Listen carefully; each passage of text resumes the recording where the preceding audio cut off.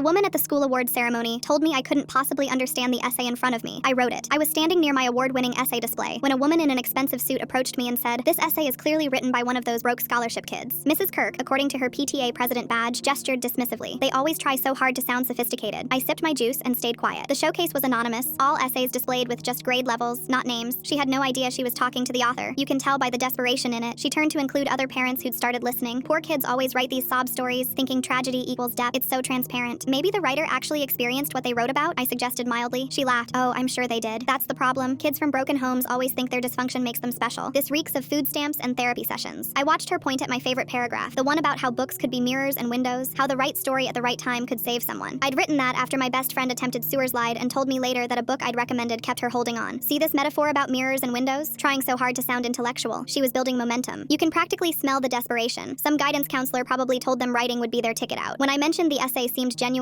she scoffed. Genuine? This is poverty popcornography. Look at this section about absent mothers. These kids always blame their parents instead of taking responsibility. No wonder they end up how they do. That section had taken me 3 weeks to write, trying to explain how it felt when my mom left without making it sound like I was asking for pity. The sentence structure alone screams, trying too hard. She was typing furiously on her phone. My daughter Brittany, she goes to the new academy. Now she writes with natural elegance. Real breeding shows. She showed her phone to the gathered parents. I'm texting the other board members. We need to discuss having separate categories. It's not fair to make real students compete against charity cases. A father in the group nodded. My daughter entered too. She shouldn't have to compete against kids gaming the system with sob stories. Exactly! Mrs. Kirk seized on the support. These kids think victimhood is a personality. They probably spent more time crafting their tragedy than actually writing. She turned back to the essay display. And the worst part? This child, whoever they are, is learning that whining works, that you can manipulate your way to success with a sad story. What if the story is actually true though? I asked quietly. She sneered. Oh, I'm sure it's true. That's what makes it so pathetic. Using your family's failures for sympathy points? Real winners overcome. They don't advertise their damage. She addressed the crowd again. I bet when they call this winner up, it'll be some kid with secondhand clothes and a rehearsed speech about overcoming adversity. Mark my words. Several parents nodded. One mentioned knowing someone at the newspaper who'd love this angle. Another started taking photos of my essay. The principal's voice came over the speaker system announcing it was time for the awards presentation. Everyone started moving toward the auditorium. Mrs. Kirk put away her phone with satisfaction. I guarantee this winner will be exactly what I described. Probably hasn't showered properly. Will stumble over big words. You can always tell breeding. We filed into the auditorium. I found a seat near the back while Mrs. Kirk positioned herself prominently in the front row, phone ready. The principal began announcing awards. Each winner walked across the stage and Mrs. Kirk scrutinized each one. And now for our grand prize winner, the principal announced. This essay moved all our judges to tears. Mrs. Kirk sat forward eagerly, phone raised to record. We'd like to invite our winner to share a few words about their writing process. Please welcome to the stage, Elizabeth Shanna from Jefferson Middle School. I stood up from my seat in the back, walked past rows of parents, past Mrs. Kirk whose face was starting to change, climbed the stairs to the stage where the principal handed me the microphone. Hello, I'm Elizabeth Shanna. I wrote that essay. I stared right at Mrs. Kirk. Full story on channel link below.